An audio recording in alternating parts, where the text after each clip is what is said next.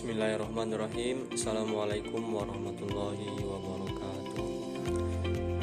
Izin memperkenalkan diri dahulu. Nama saya Arif Budiman, kelas C, semester 5 dengan NPM 1831 030182. Di sini saya ingin mempresentasikan dari materi hermeneutika tentang interpretasi menurut Gracia.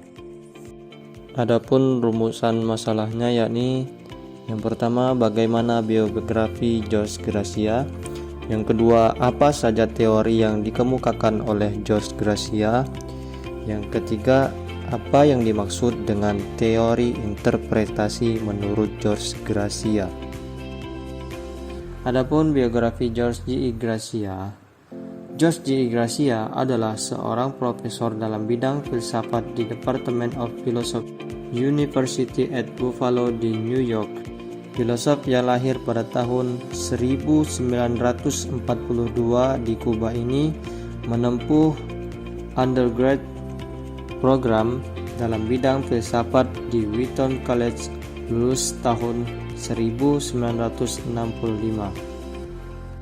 Kemudian grad program dalam bidang yang sama di University of Chicago dan doktoral program juga dalam bidang filsafat di University of Toronto. Melihat dari sejarah pendidikannya, diketahui bahwa area of interest dalam bidang ketertarikan sangat linear, yakni filsafat, sehingga tidak diragukan bahwa dia memiliki ilmu yang mendalam tentang berbagai hal dalam bidang filsafat seperti metafisika atau ontologi, kemudian historiograf, filosofis, filsafat bahasa atau hermeneutika, kemudian filsafat skolastik, dan filsafat Amerika Latin. Selain ahli filsafat, Gracia juga memberikan perhatian yang cukup besar terhadap masalah-masalah etnisitas, identitas, nasionalisme, dan lain-lain. Keahlian Gracia dalam bidang-bidang tersebut dibuktikan juga dengan karya-karya yang cukup banyak dalam bidang-bidang tersebut, baik dalam bentuk buku, artikel dalam jurnal dan antologi, maupun artikel seminar. Di antara karya-karyanya yang relevan dengan penelitian ini adalah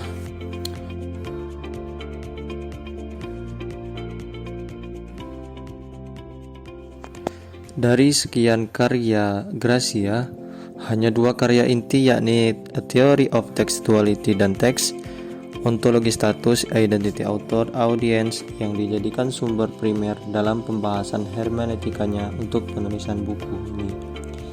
Di samping karya-karya lain sulit ditemukan di Indonesia karena dua karyanya tersebut sebagaimana yang ditegaskan oleh Gracia sudah memuat hampir semua pemikirannya dalam bidang ini. Kemudian, teori-teori pokok pemikiran hermeneutika Gracia ada 6, yakni sketsa pembahasan teori teks dan tekstualitas, yang kedua teori Gracia tentang teks, yang ketiga teori tentang authorship, kepengarangan teks, dan audience, yang keempat teori makna atau meaning dan pemahaman atau understanding, yang kelima teori penafsiran atau interpretation, yang keenam signifikasi hermeneutika Gracia dalam studi dan penafsiran Al-Quran. Dari teori-teori pokok pemikiran hermeneutika Gracia, adapun yang saya ambil dari pembahasan kali ini yakni teori penafsiran atau interpretasi menurut Gracia.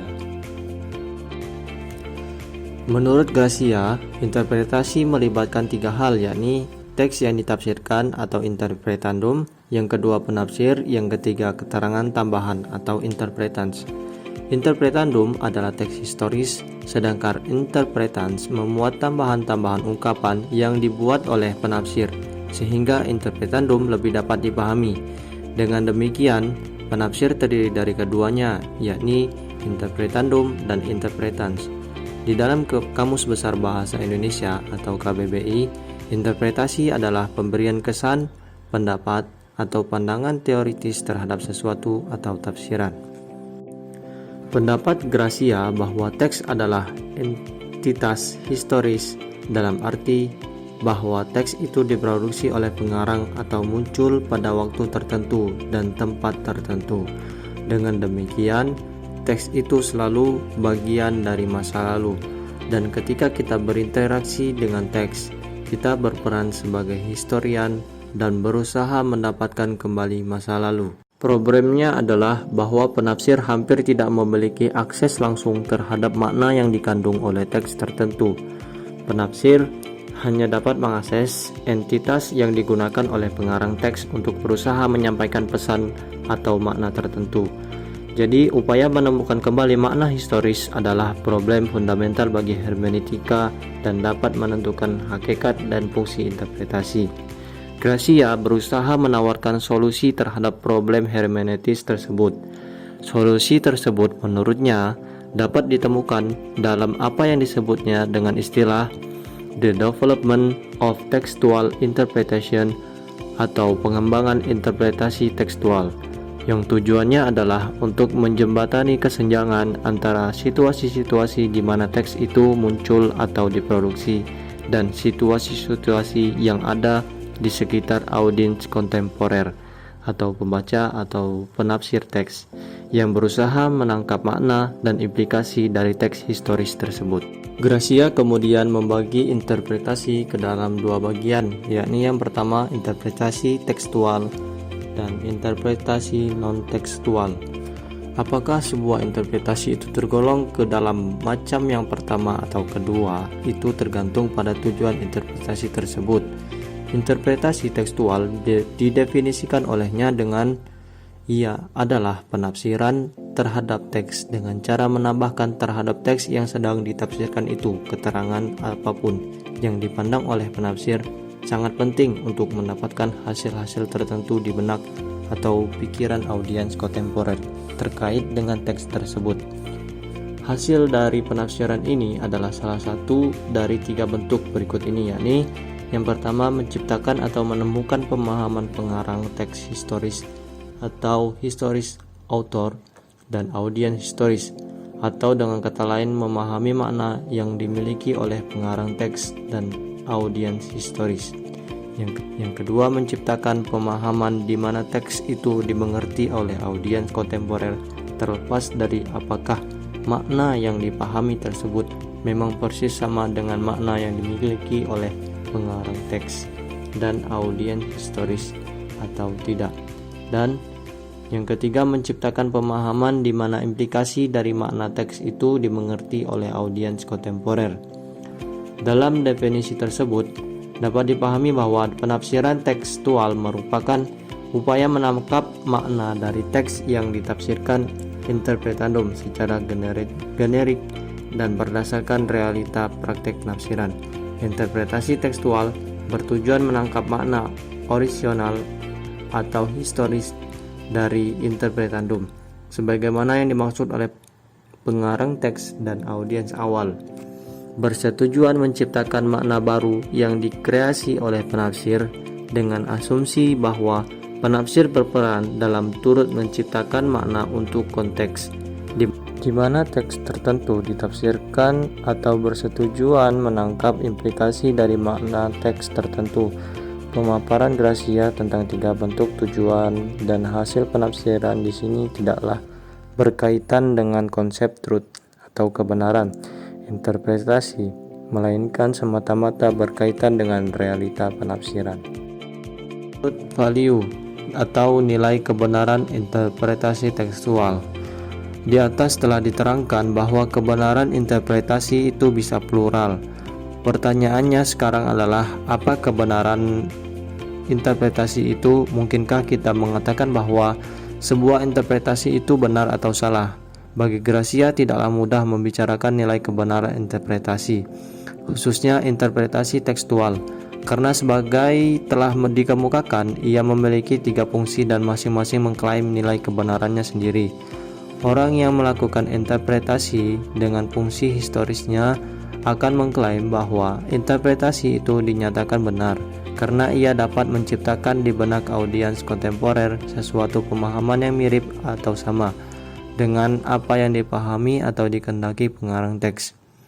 Orang menekankan meaning function dalam penafsirannya akan mengklaim bahwa penafsirannya benar karena ia dapat menimbulkan dalam benak audiens kontemporer pemahaman tentang arti pentingnya teks yang ditafsirkan untuk masa kontemporer.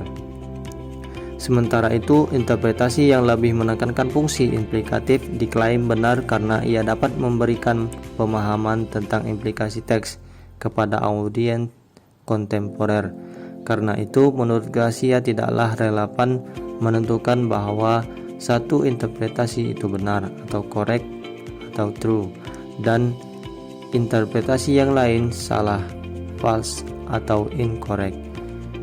Yang tepat adalah bahwa mengatakan sebuah interpretasi itu lebih efektif atau kurang efektif, atau lebih cocok atau kurang cocok.